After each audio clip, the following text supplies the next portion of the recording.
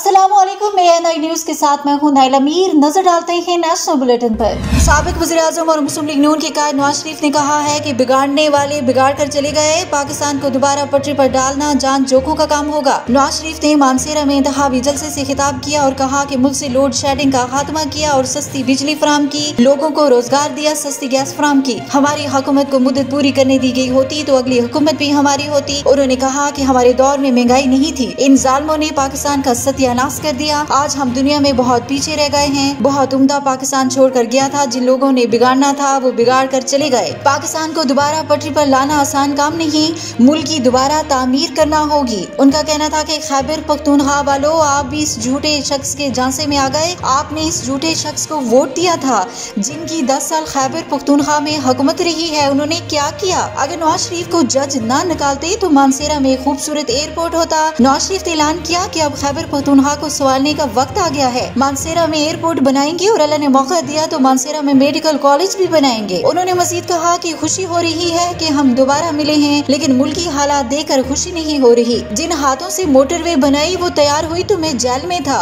अगर मुझे ना हटाया जाता तो इस्लामाबाद से लेकर मानसेरा और मुजफ्फराबाद तक ट्रेन चल रही होती। ख्याल रहे कि मुस्लिम लीग नून के कायद नवाज शरीफ कौमी असम्बली के हल्का NA 15 मानसेरा से इलेक्शन में हिस्सा ले रहे हैं।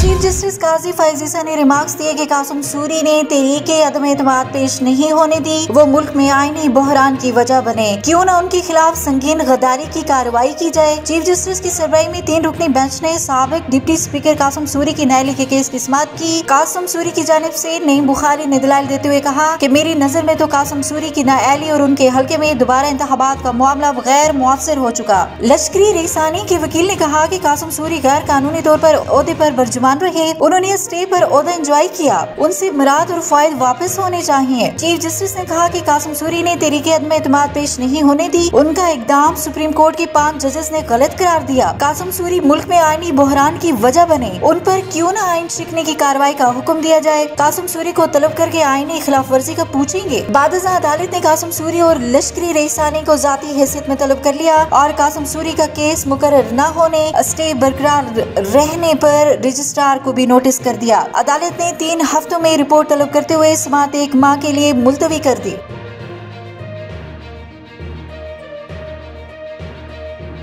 इस जगह में पाकिस्तान पार्टी के सदर अलीम खान ने PTI उम्मीदवारों से मुतल्लिक दावा करते हुए कहा कि PTI वाले इलेक्शन जीतकर हमारे साथ होंगे। IPP के सदर अलीम खान ने दावा किया है कि PTI के कई उम्मीदवारों ने आजाद हैसियत से जीतने के बाद इस्तेकाम पाकिस्तान पार्टी में शामिल होने का वादा किया है। ताहम अलीम खान ने उन उम्मीदवारों के नाम बताने से गुरेज किया। उनका कहना था कि बहुत सारे अफराद हमारे साथ राबते में हैं, कई पुराने दोस्त हैं, उनसे ताल्लुक रहा है। वाज़ेह रहे कि मुल्क भर में आम इंतखाबात 8 फरवरी को होने हैं, जिसके लिए सियासी जमातों की मुहिम जारी है।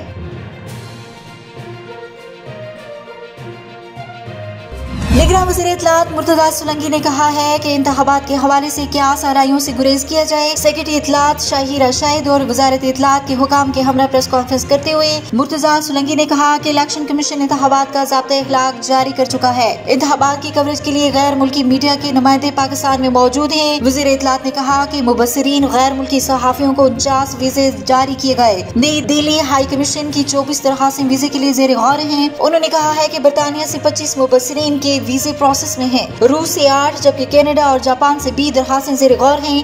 6000 से ज़ायद मुबस्सिरीन और सहाफ़ियों को एक्रेडिटेशन कार्ड जारी कर चुके हैं। मुबस्सिरीन को कराची, लाहौर और इस्लामाबाद के लिए इजाज़तनामे जारी किए हैं।